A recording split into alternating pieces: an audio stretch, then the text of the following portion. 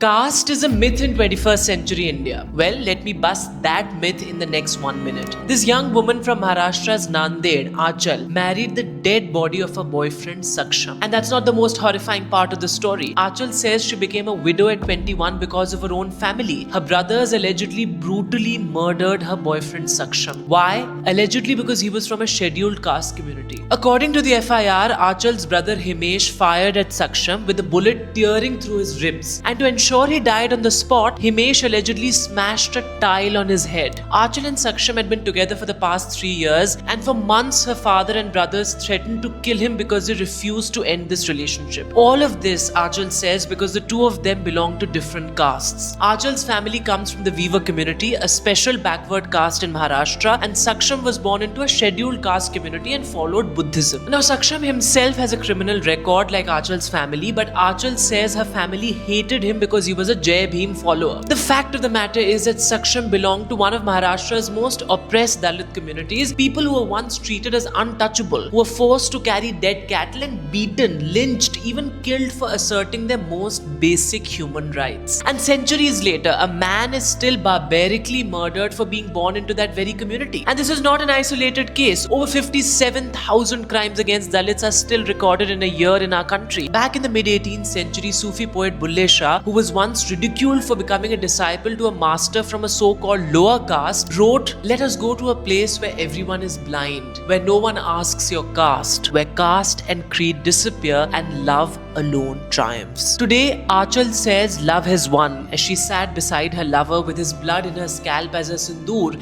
ready to even live in his house forever. But what has been defeated here is our humanity, our tolerance, all once again crushed by caste.